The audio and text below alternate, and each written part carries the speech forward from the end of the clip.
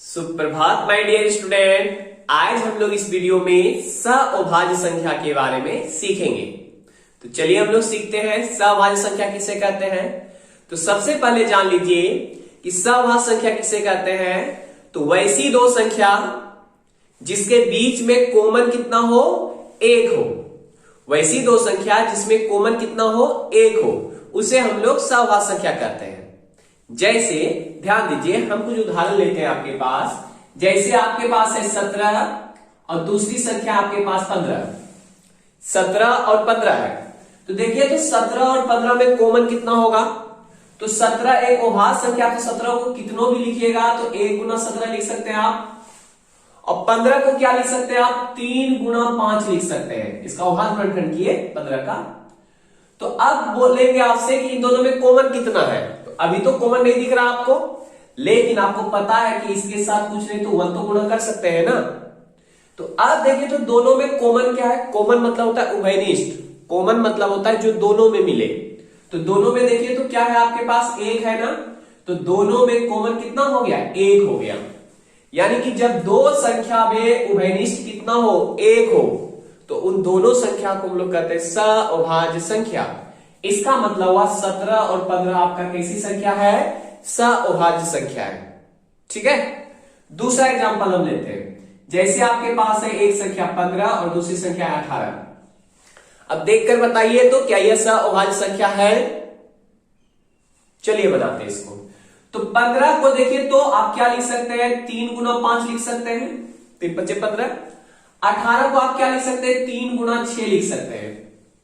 तो देखिए तो दोनों में कॉमन कितना है, दोनों में कॉमन कितना है आपके पास, 3 कॉमन है। तो दोनों में कॉमन मिल गया कितना, 3। लेकिन मैंने परिभाषा क्या बताया था सअभाज्य संख्या का, कि जब दो संख्या में कॉमन कितना हो, उभयनिष्ठ कितना हो, 1 हो, तो उसे हम सअभाज्य संख्या कहेंगे। लेकिन यहां पे तो दोनों में कॉमन कितना मिल गया, 3 मिल गया। तो क्या ये सअभाज्य संख्या है, नहीं है। यानी कि परिभाषा याद रखिएगा, जब दो संख्याओं का HCF 1 हो या फिर दोनों संख्याओं में कॉमन कितना हो, 1 हो, तो उसे हम लोग कहते हैं सअभाज्य संख्या। तो सअभाज्य संख्या का परिभाषा हो जाएगा आपका सअभाज्य संख्या। सअभाज्य संख्या को इंग्लिश में हम लोग बोलेंगे को प्राइम नंबर। को प्राइम नंबर। और इसका परिभाषा क्या हो जाएगा सअभाज्य संख्या का, कि वैसी दो संख्याएं जिसमें उभयनिष्ठ कितना हो, जिसमें उभयनिष्ठ को इंग्लिश में कहा जाता है कॉमन। जनरली हम लोग कॉमन जानते हैं वर्ड, लेकिन उसका हिंदी होता है उभयनिष्ठ।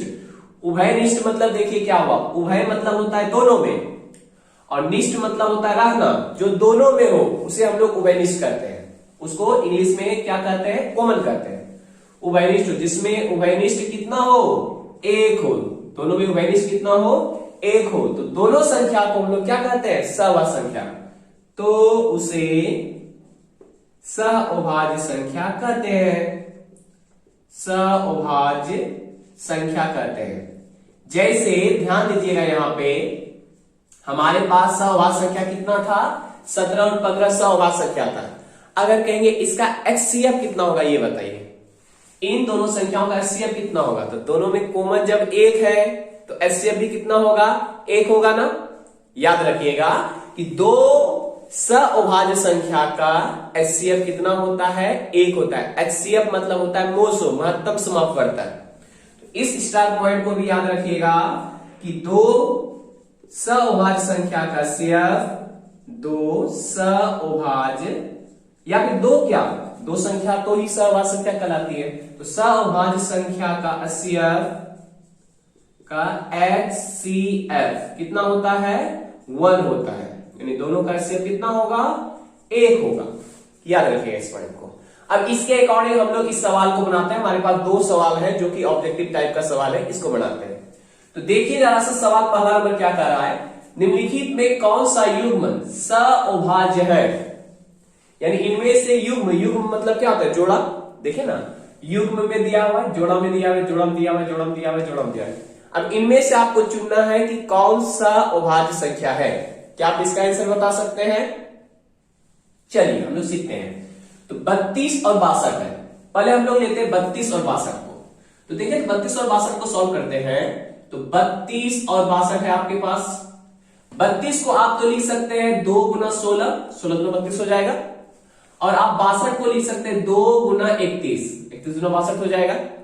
तो दोनों में आपने कॉमन कितना देख लिया? 2। तो मैंने क्या बताया था? कॉमन एक होगा, कॉमन केवल एक होगा, कॉमन केवल एक होगा तो ही वो क्या कहलाएगा? आपका सहवास संख्या कहलाएगा। लेकिन यहां कॉमन 2 है, क्या ये सहवास संख्या है? नहीं है, यानी 1 नंबर ऑप्शन आपका करेक्ट नहीं होगा।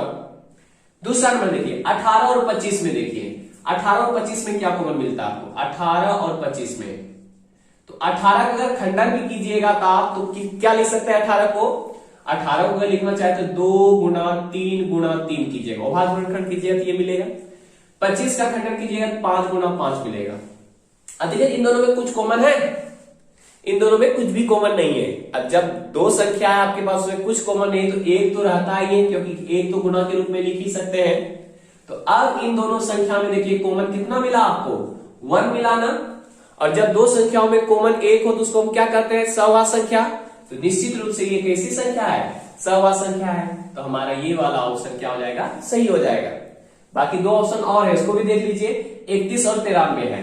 31 और 93 जब आपके पास है, 31 और 93 93 है, तो आप यहां से देखिए ना, ये 31 का 31 रहने दीजिए और इसको 31 गुना 3 कर सकते हैं ना, 31 दिया 93। तो दोनों में कॉमन कितना मिल गया आपका? 31 मिल गया। तो ये भी सहवास संख्या नहीं होगा। अब 11 और 33 को देखिए। 11 और 33 में आप क्या देख रहे हैं? 11 और 33 में देखिए 11 को तो 11 लिख दिए, लेकिन 33 को लिख सकते हैं ना 11 गुना 3। तो दोनों में कॉमन कितना मिल गया आपका? 11 मिल गया। तो ये भी सहवास संख्या नहीं होगा। तो हमारा करेक्ट आंसर कौन सा होगा? 2 नंबर। ठीक है।